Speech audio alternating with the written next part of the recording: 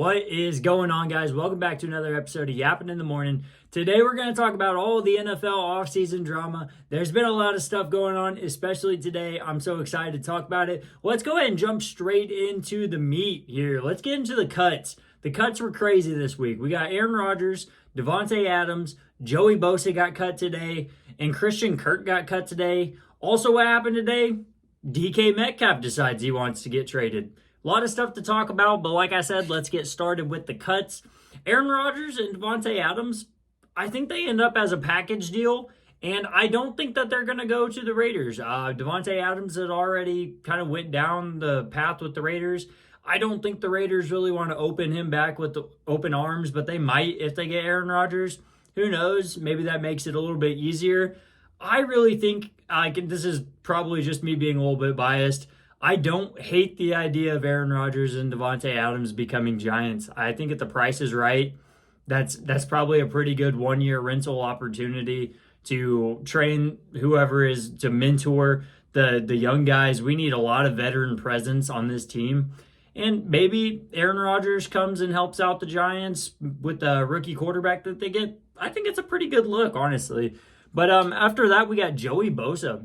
Who knows where Joey Bosa is going to be? I get why you would cut him. I didn't know. I just didn't really see it coming, I guess. I think he might end up with the 49ers. I think he ends up playing with his brother Nick. He has free range to kind of sign anywhere he wants. That's the kind of the power of getting cut.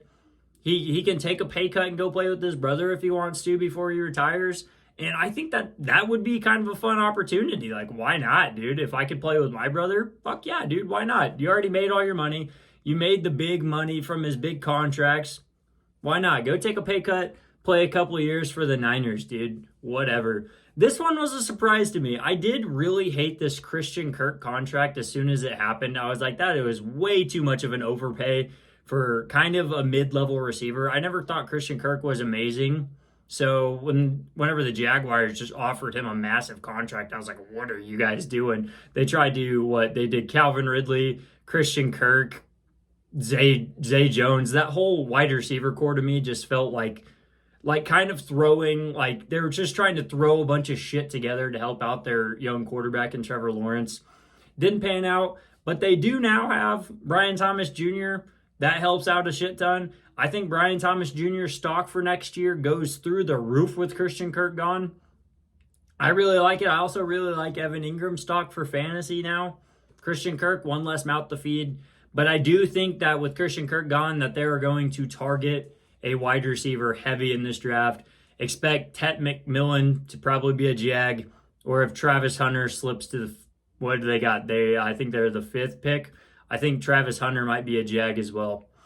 On to the trade block. This has been just, I could not believe it whenever it happened. So Tyler Lockett gets cut, unsurprisingly. I think everyone's seen that coming.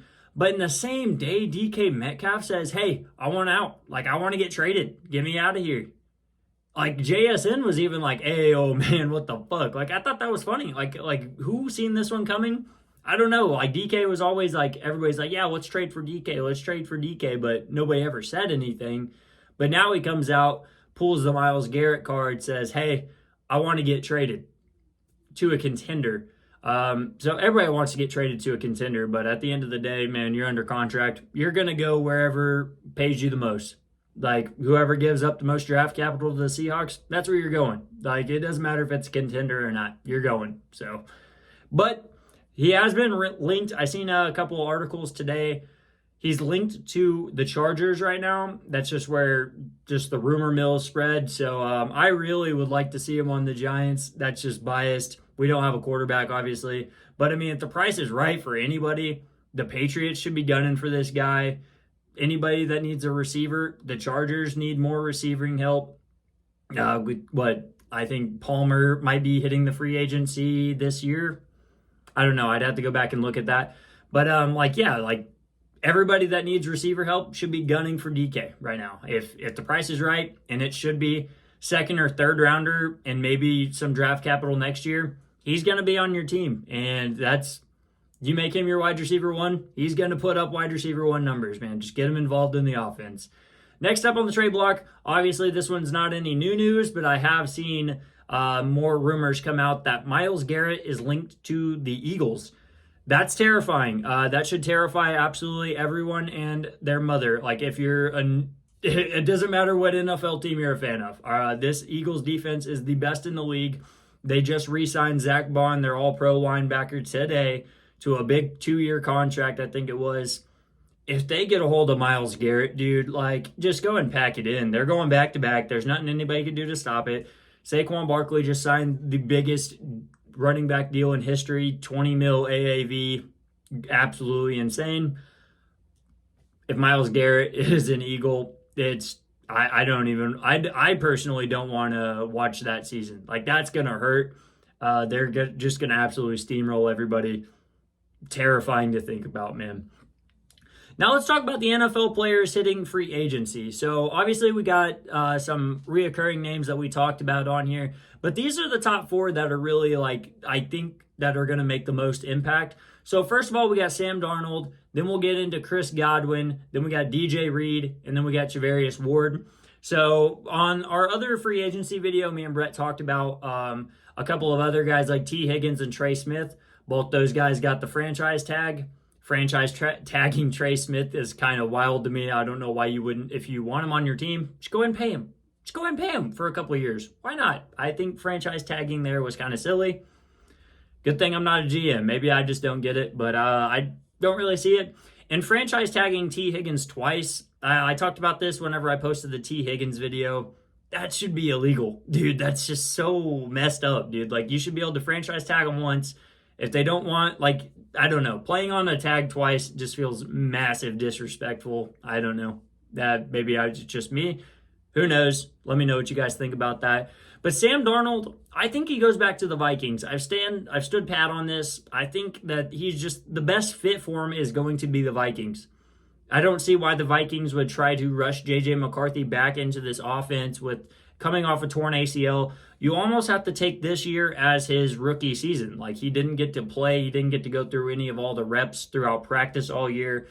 He had a torn ACL, man. So I think you got to go with Darnold again.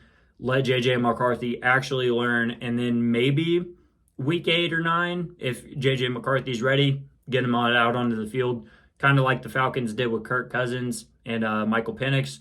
Whenever Sam Darnold starts showing signs of not being able to get the job done, get J.J. McCarthy back in there. But I think you do have to sign Sam Darnold, man. I think you got to get him back on the squad.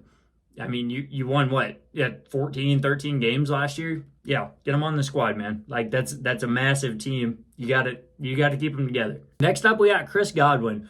And where I think Chris Godwin, if they don't make any sort of big, massive moves to try and get DK Metcalf, I obviously made this note before the DK Metcalf rumor came out that he wants traded. I think Chris Godwin is still going to be a good fit on the Patriots. So I said this a couple weeks ago.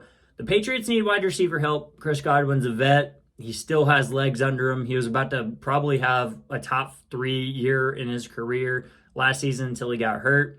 We'll see if he can come back 100% off this injury. But I think Chris Godwin just comes in, helps make Drake May's life 100 times easier. I think it's a good fit. Even if they do go and trade for a big wide receiver 1 or draft a wide receiver 1, go ahead and get Chris Godwin on the team, man. There's no way that having a veteran slot receiver like that is going to hurt. Get him on the squad. I like that fit. Next up, we got DJ Reed. So the Vikings are also losing a lot of their DB help. They're losing 2 of their corners. I think Chavarius Ward and DJ Reed are going to be a good fit on both the Vikings and the Giants. Both have came out in the rumor mills and said that they want to target offensive linemen and defensive backs in this free agency class. And I think that they're both probably a pretty good fit for DJ Reed or Chavarius Ward. It's also been linked that the Giants are going to try and trade for Jair Alexander from the Packers. So, I mean, there's been a lot of just interesting stuff happening just this week. Who knows what's going to happen with the draft? I'll probably make a video about the draft next week just because I think we're going to trade up. I think the Giants are going to try and trade up to the number 1 pick. Hopefully get Cam Ward. That's where I think we're going to go with that. The question I'd really want to answer this week, what do you think it would take to move up to 1 this year? And who do you think we take at 1? So we just talked about it a little bit. I think Cam Ward is who we take at 1. I think what it's going to take for the Titans to move off that is probably going to take, obviously, a pick swap between 1 and 3. And I think you're probably going to have to give them the third this year, which is pick number, 65, and a third rounder next year, hopefully a third rounder next year. Titans fans, what do you want for this pick? Like, obviously, keep it realistic. I think that there's been so many silly ones out there. Like a Titans fan today said they want Brian Burns. Like, you're not going to get Brian Burns, dude. Like, they just traded for Brian Burns. Try and keep it realistic in the comments if you could. But that's what I think. Maybe 2 third-rounders, 1 this year, 1 next year, and a pick swap. I think that is ultimately what would get the deal done. There's talks about they're trying to trade Kayvon Thibodeau for Harold Landry. Will that actually come out? I don't know. It might. I really like Kayvon Thibodeau. Obviously, I have his jersey. That just one of those guys that I think still has a lot of potential. Teaming up with Brian Burns, having a healthy Dexter Lawrence in the middle is obviously going to help out tremendously. So we'll see what happens there, but that is kind of what I hope happens. I really do want to try and attack the number 1 spot and get Cam Ward, just so there's no more talk about, do we have a franchise quarterback? Maybe. Hopefully Cam Ward's the one that pans out for us. But anyways, guys, that has been it. If you enjoyed, make sure to drop a like, hit that subscribe button, and we will see you guys next week in the morning.